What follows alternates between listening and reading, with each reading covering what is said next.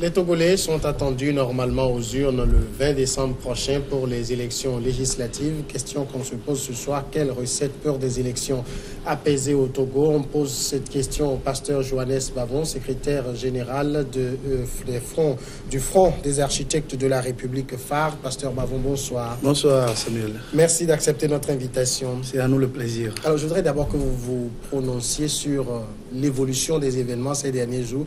On a vu une véritable célérité depuis le jeudi dernier avec la nomination du 8e membre à la CENI, le Conseil des ministres qui convoque le corps électoral et puis le vendredi, le projet de loi de modification de la Constitution. Qu'est-ce que vous en dites de tout cela? Nous pensons qu'il y a eu une forte avancée dans les choses, quel que soit ce que les uns pourront penser.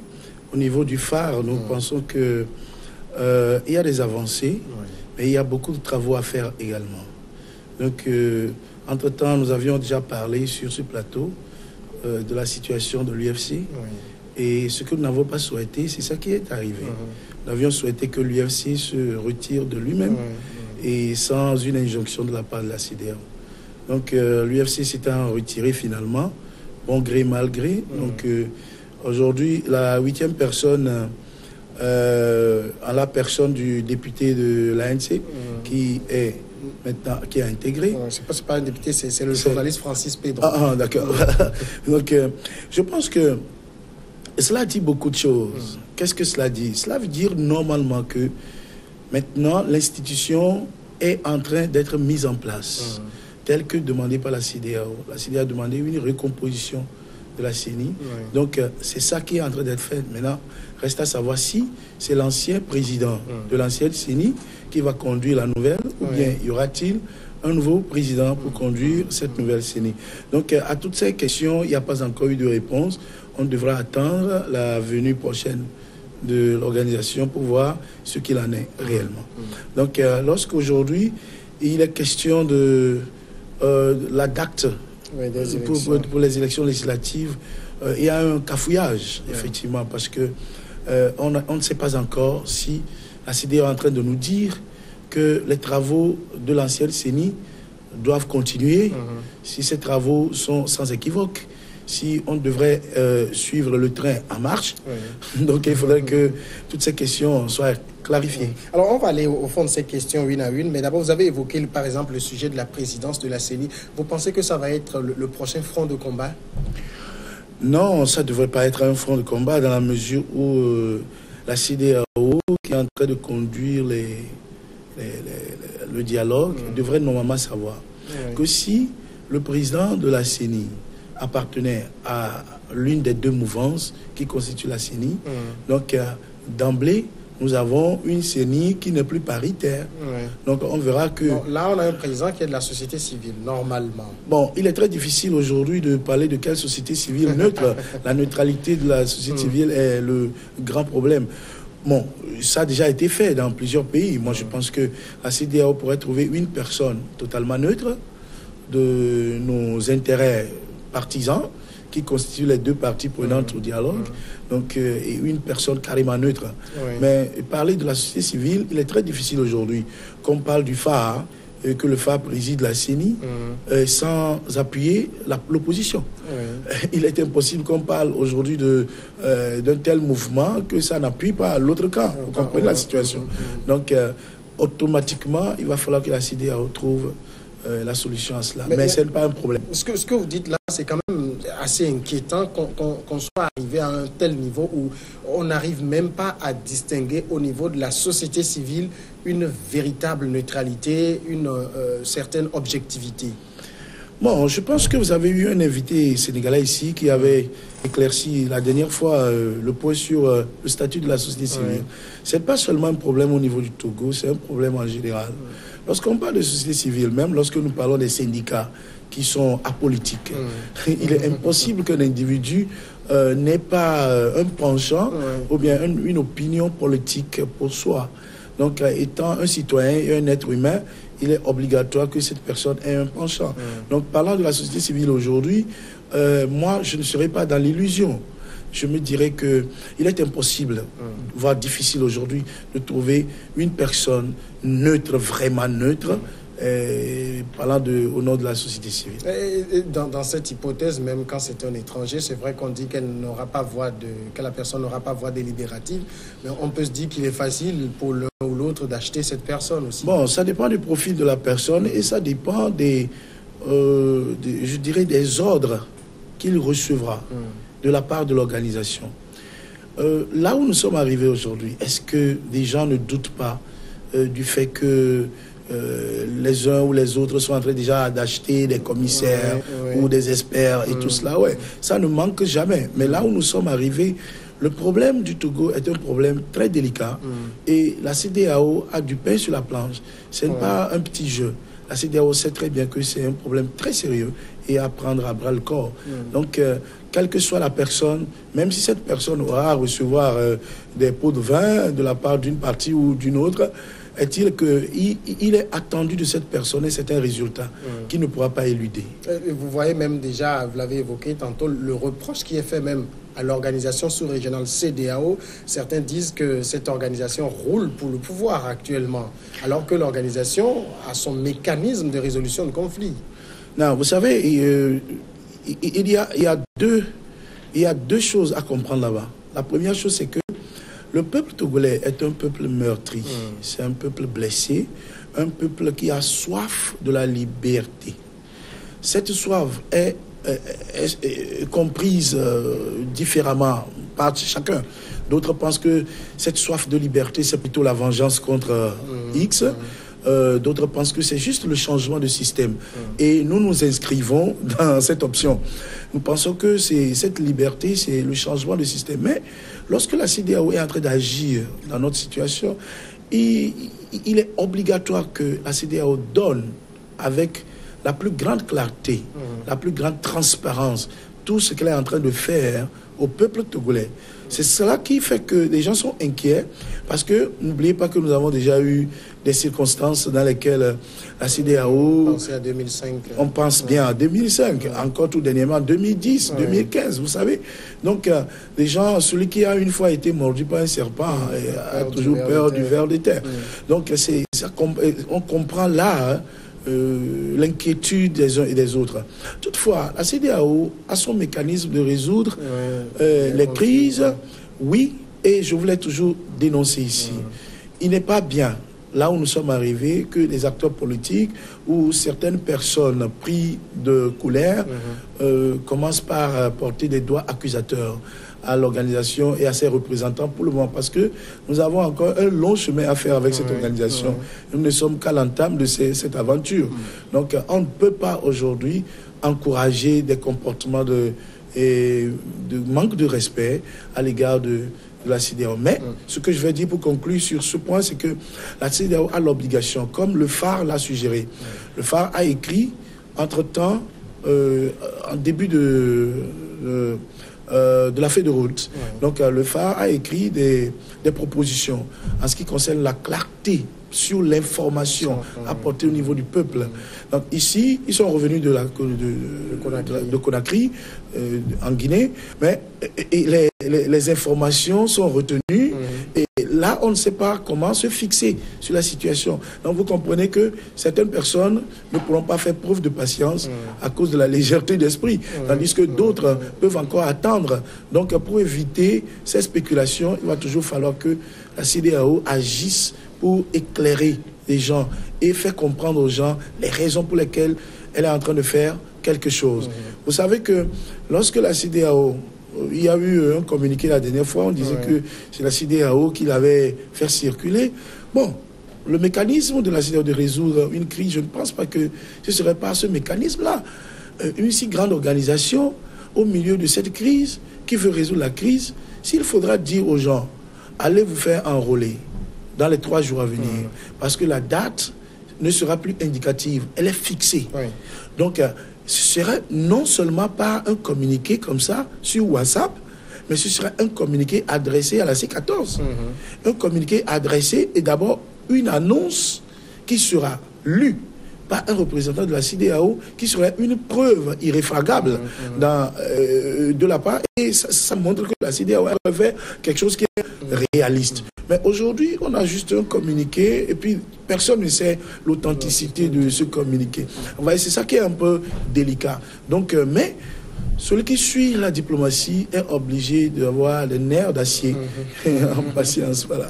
Alors maintenant, est-ce que vous pensez que de la manière dont les choses sont en train d'être conduites, oui, les ingrédients d'une élection apaisée sont réunis actuellement? Non, malheureusement. Les ingrédients d'une élection apaisée ne sont pas en place. Pourquoi? Samuel, je peux vous faire cette confidence. Le parti au pouvoir a perdu le mécanisme approprié qui lui permettra de gagner dans une élection transparente. Avec tout le respect que j'ai pour ce pouvoir, pour le président de la République et surtout pour les conseillers politiques, ceux qui sont à la tête du stratagème de unir, avec tout le respect que j'ai pour eux, je peux me permettre de dire ici que la façon dont les choses sont en train d'aller, nous voyons clairement que le mécanisme, la démarche à prendre pour pouvoir gagner pendant une élection transparente, ils ne sont pas en train de prendre cette aventure. Parce que le chemin est très simple. Lorsque vous prenez le chemin d'Aplaou, on sait que vous allez atterrir soit à Dénou ou à Sogakope ou à Accra. Vous ne prenez pas le chemin d'Aplaou en disant que vous irez à Lagos. Donc, les démarches qu'ils sont en train de prendre nous montrent que les élections ne seront pas faciles et eux-mêmes sont en train de rendre plus difficiles les choses. La confidence que je vais vous faire, c'est que il est possible, ce n'est pas qu'il est possible, cela existe même. Le mécanisme par lequel UNI pourra gagner clairement, sans difficulté, des élections transparentes au Togo. Mais ils ne le savent pas. Peut-être, je ne sais pas, mais ils ne le savent pas. Et ce mécanisme, moi, je ne peux pas le dire ici, parce que moi, je suis du côté de l'opposition et en train de soutenir le changement de ce système. Donc, je ne peux pas leur dire ça. Mais ce mécanisme existe clairement. Et puis, parfois, quand je vois leurs décisions, et ça me choque. J'ai dit, mais attends, ceci, donc, ils ne veulent pas gagner d'une manière transparente et crédible. Parce que cette manière existe. Est-ce que vous êtes en train de dire que la manière actuelle, c'est une manière frauduleuse? Non, mais la manière actuelle est une manière qui ne donnera pas confiance à tout le monde. Ce qui est clair, regardez, la paix dont nous parlons, que nous voulons préserver, vient de ce qu'on appelle la justice, n'est-ce pas? La justice. Maintenant, la justice aussi vient de l'application de la vérité, ce qui est juste, ce qui est bon. Donc la vérité, les bonnes normes, lorsque nous appliquons cela, tout le monde est d'accord. Alors regardez la situation actuelle. Il y a eu une feuille de route et il y a une démarche à suivre selon cette feuille de route. Il y a une CENI qui doit être recomposée. Et à partir des travaux de cette nouvelle CENI, un chronogramme devait être mis en place. Mais nous sommes en train d'extrapoler toutes ces étapes. On fait ce qu'on veut et finalement, on force les gens à suivre le train. Il y a un train là, je ne sais pas de quel train il s'agit, mais c'est un train visiblement qui est un train qui ne veut pas s'arrêter. Or, le train a été appelé à s'arrêter depuis pour que le train soit, je ne sais pas, la maintenance soit mise en place et que le train soit prêt pour amener tout le monde. Mais le train est en train de partir seul, demandant toujours aux gens de courir après lui. Donc c'est ça le problème. Si nous voulons la paix, il va falloir que nous suivions. Mais le problème qui nous dérange, nous, au niveau du phare, c'est que si je prends un tableau tout à l'heure, je peux vous tracer de A jusqu'à Z comment UNI pourra gagner une élection transparente. Mais la façon dont ils sont en train de le faire actuellement, si je prends encore un tableau, je vous trace, je vous conduirai vers le résultat final auquel ils sont en train de nous conduire, qui sera un chaos. Parce que on ne peut pas tromper les gens, duper les gens devant eux. On ne peut que leur dire la vérité pour qu'ils nous suivent.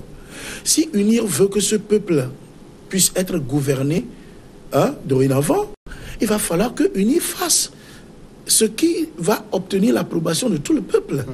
Donc c'est ça le problème. Moi je pense que UNIR a une inquiétude. C'est que UNIR n'a plus confiance en lui-même qu'il pourra gagner une élection transparente. Et moi, je peux leur dire que c'est faux. Si leurs conseillers politiques sont en train de leur dire ça, alors c'est une grave erreur. C'est ça qui est en train de créer le chaos, le cafouillage que nous sommes en train de connaître maintenant, parce qu'on n'a normalement pas besoin d'aller dans ce sens-là. Mais est-ce qu'actuellement, dans les recettes d'une élection apaisée, la CEDEAO n'est pas un ingrédient qui suit le processus de très près et qui la valise? Très bien, c'est une très bonne question que vous avez posée. Mais le mal, c'est que le parti au pouvoir qui est lié par le conflit, c'est-à-dire qui est une partie au conflit, veut au même moment résoudre le conflit. Et il serait difficile. La solution serait au-delà de sa portée, dans la mesure où il ne pourra que trancher le conflit en faveur de son intérêt. Vous pensez qu'il aurait été préférable qu'on délaisse tout à la CEDEAO et qu'elle fasse tout elle-même? Non, mais ce n'est pas que la CEDEAO fasse tout. Nous avions toujours réclamé qu'en ce qui concerne, par exemple, les réformes, la CEDEAO ne peut rien faire. Oui.